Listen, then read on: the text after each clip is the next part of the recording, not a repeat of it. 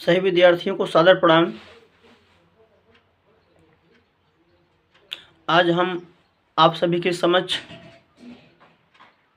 Uttar Pradesh board high school के कक्षा 10 के हिंदी विषय के पद्यांश का प्रथम पाठ पद के बारे में पढ़ेंगे। उसमें जो दोहे दिए गए हैं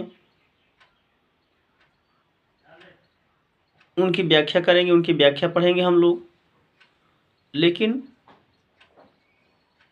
पद को पढ़ने से पहले सबसे पहले हम लोग पद नामक पाठ के जो कवि हैं सूरदास जी, उनके जीवन परिचय के बारे में हम जानेंगे। आप जानते हैं आपके प्रश्न पत्र में 3 कवियों का जीवन परिचय पूछा जाता है, जिसमें से आपको एक कवि के बारे में, एक कवि के जीवन के परिचय के बारे में लिखना होता है और साथ ही साथ उनकी एक रचना का नाम लिखना होता है। तो 2 नंबर का जीवन परिचय आता है और 1 नंबर का रचना का नाम आता है। तो चलिए शुरू करते हैं सूरदास का जीवन परिचय। आप लोग अगर पहले से पढ़े हो तो उसको रिवाइज कर लीजिए, फिर से आपको याद हो जाएगा। और मैं समझता हूँ एग्ज़ाम में ये पार्ट बहुत इम्पोर्टेंट है। इसके जितने पद दिए गए वो सारे पद और साथ ही साथ सूरदास जी का जीवन परिचय, ये बहुत ही इम्पोर्टेंट है और मैं समझता हूँ हर बार लगभग ये एग्ज़ाम में पूछा जाता है। तो सूरदास जी के जीवन परिचय पर आप लोग विशेष फोकस करेंगे, विशेष ध्यान देंगे।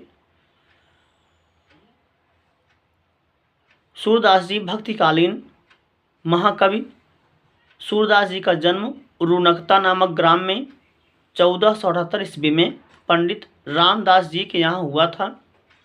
एक बार फिर से सुन लीजिए, सूरदास जी का जन्म कहाँ हुआ था? रुनकता नामक ग्राम था, गांव का नाम था उनके रुनकता, और ईस्वी का नाम था 1478 ईस्वी।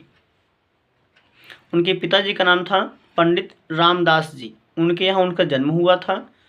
पंडित रामदास जी सारस्वत ब्राह्मण थे। कुछ विद्वान सिही नामक स्थान को सूरदास जी का जन्म स्थान ही मानते हैं।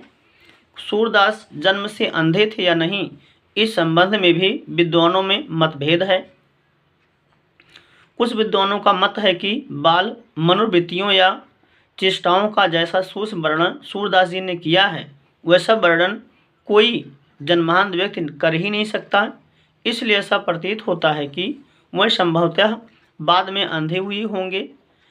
वह हिंदी भक्त कवियों में शिरोमणि माने जाते हैं।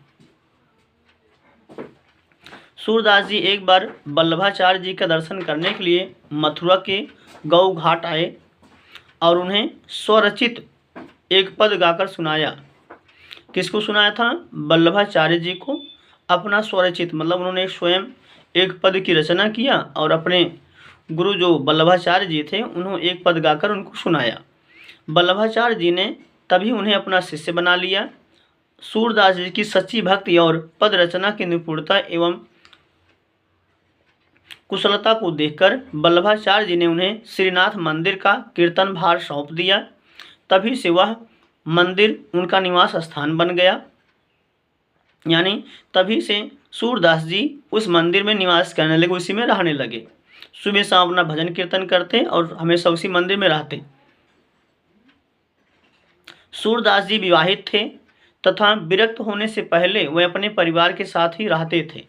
वल्लभाचार्य जी के संपर्क में आने से पहले सूरदास जी दीनता के पद गाया करते थे तथा बाद में वह अपने गुरु के कहने पर कृष्ण लीला का गान करने लगे।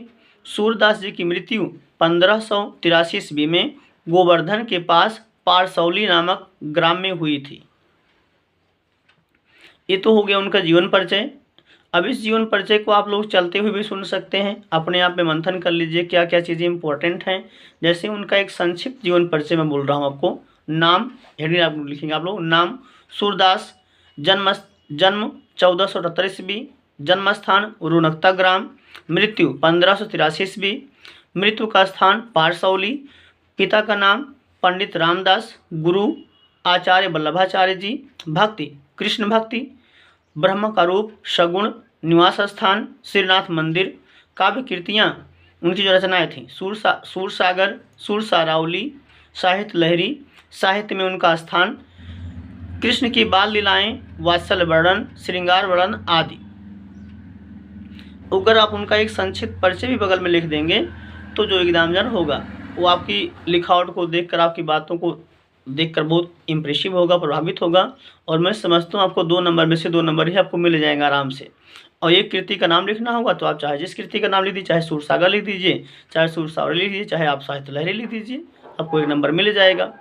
तो जो ये क्या मैंने बोला, जीवन सूरदास जी का जीवन परिचय, ये परीक्षा की दृष्टि से बहुत इंपॉर्टेंट है। आप लोग पर डे इसके बारे में एक बार रिवाइज करते रहिए, जीवन परिचय आपको इस हमेशा से याद हो जाएगा। बहुत बहुत धन्यवाद।